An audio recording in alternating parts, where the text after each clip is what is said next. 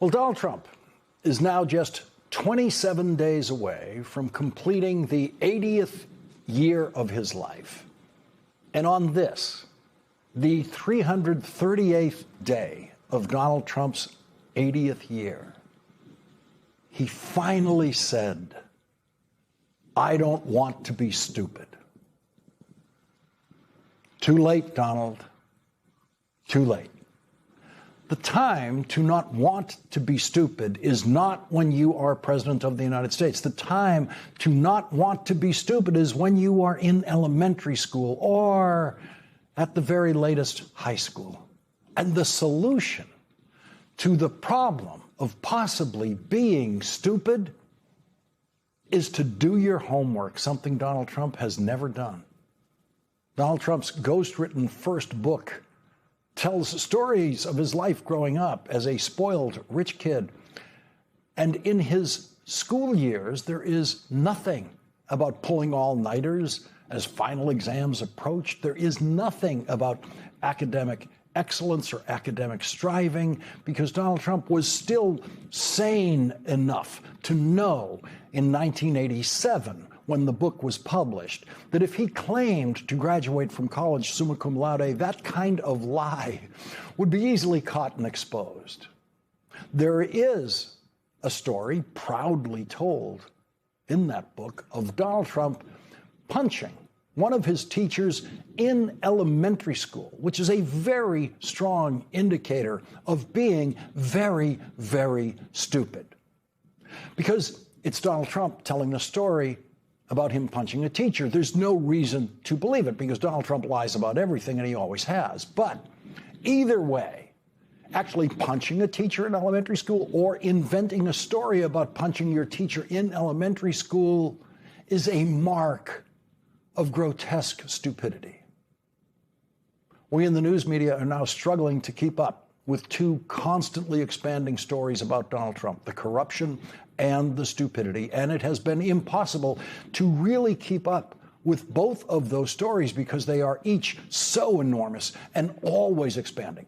There is a new facet of Trump corruption and Trump stupidity revealed every day, but at the same time, not all of the corruption is visible. And not all of the stupidity is visible, and some items in both categories just aren't big enough to make it into our coverage of the day. One small example of stupidity that you will probably hear nothing about anywhere else is the 90-day extension of the breathtakingly stupid waiver of the Jones Act that begins today. The extension begins today, making Donald Trump's waiver of the Jones Act the longest waiver in the history of that obscure law.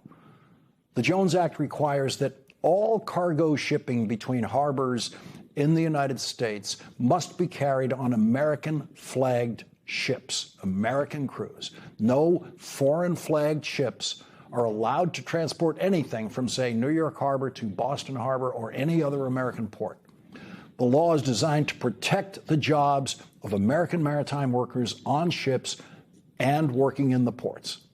And Donald Trump has suspended that law because of his war in Iran, which a New York Times poll, a new New York Times poll, says 64% of Americans believe was a mistake. The poll doesn't use the word stupid mistake, it just uses the phrase the wrong decision.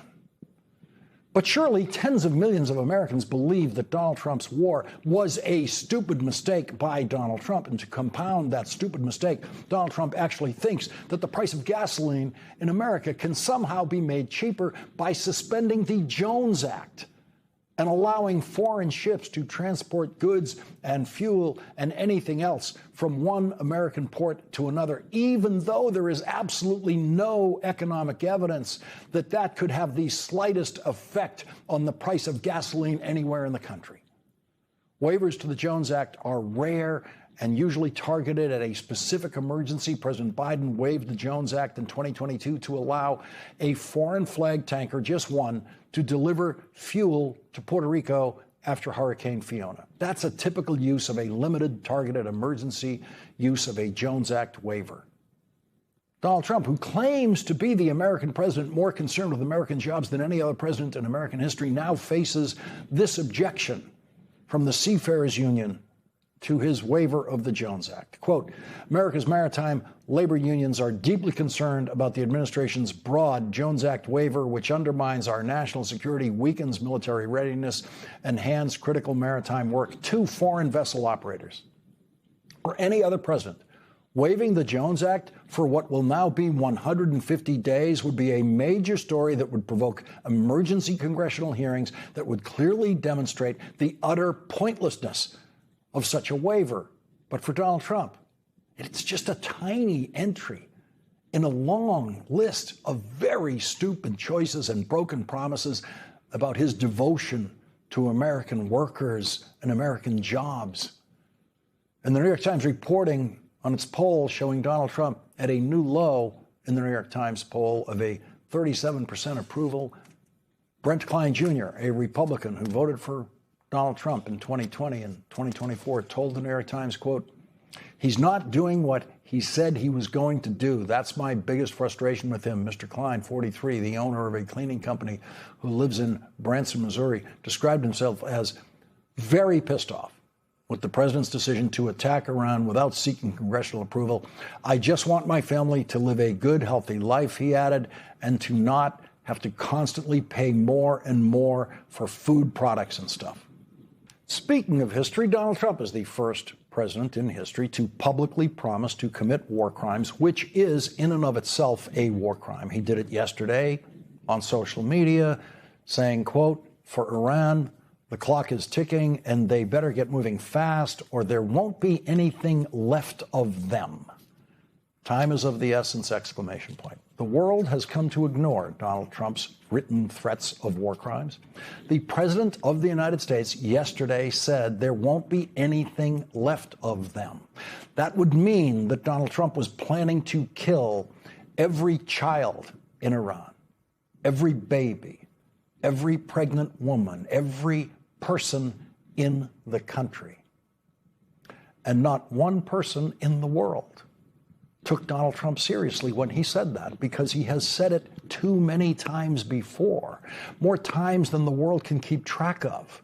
And the world knows, as the Iranian regime surely knows, that Donald Trump wasn't going to do it, that it was just another empty threat from Donald Trump. And sure enough, today on social media, Donald Trump said that he had decided, quote, to hold off our planned military attack on the Islamic Republic of Iran, which was scheduled for tomorrow.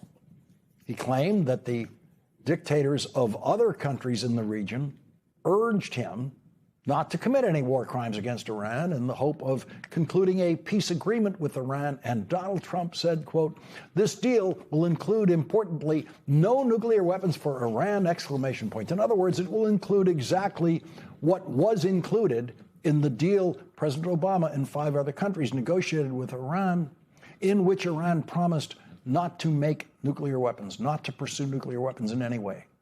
Donald Trump ripped up that deal, negotiated by Secretary of State John Kerry. In his first term as president, Donald Trump just dropped out of the deal. Donald Trump withdrew the United States from an agreement in which Iran said in writing, quote, under no circumstances will Iran ever seek, develop, or acquire any nuclear weapons. And now Donald Trump has gone to war to desperately attempt to get Iran to put that same sentence in writing again for him. And Iran is refusing to do so. At 5:37 p.m. today, Donald Trump said, quote,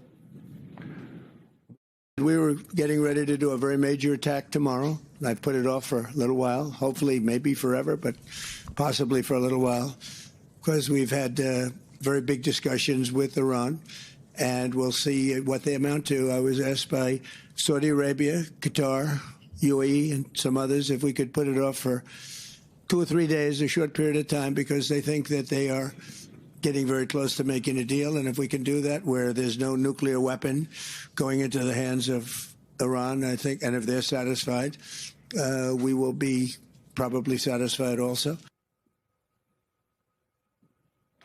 That's the man who said, I don't want to be stupid.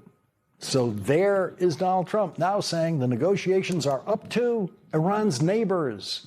And if they're satisfied, then we will be satisfied. That's not what President Obama did. That's not what John Kerry did. Donald Trump has found an even weaker negotiating position with Iran. The Iranian regime knows just how opposed to Donald Trump's war the American people are. And that came up today in a Trump phone interview with the New York Post. The New York Post reports, quote, questioned about regional source claims that Iran is attempting to wait out Washington on both the nuclear issue and reopening the Strait of Hormuz, Trump said he hadn't heard that. I'm not hearing anything, he said.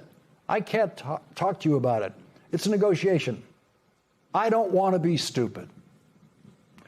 There is no reason to believe Donald Trump is planning a major attack on Iran, knowing that the American people are opposed to that. How stupid do you have to be to send your Secretary of Defense to Kentucky for a campaign event when you want Iran to think that the Defense Secretary is planning the next big attack on Iran?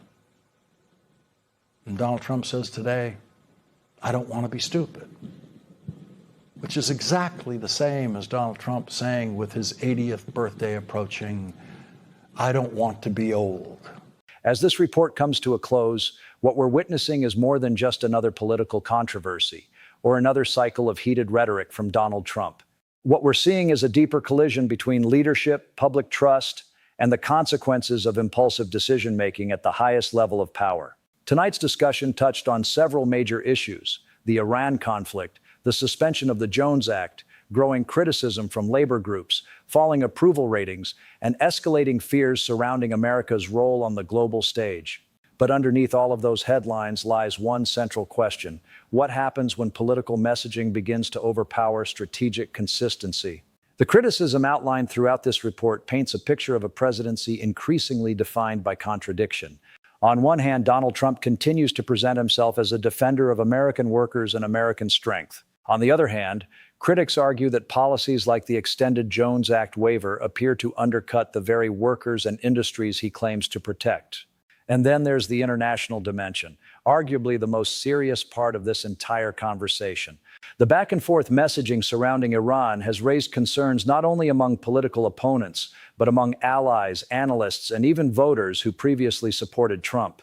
Threats of military escalation followed by sudden reversals create uncertainty, and uncertainty in global politics can be dangerous. World leaders watch every word. Markets react, citizens react, militaries react. At the same time, this transcript also reflects something broader happening inside the American political climate: exhaustion. Many Americans, regardless of party, are tired of constant crisis politics. They're tired of waking up every day to another confrontation, another emergency headline, another moment of national division. And polls suggesting declining approval ratings may indicate that frustration is beginning to grow even among some former supporters. But beyond the politics, there's also a human element here.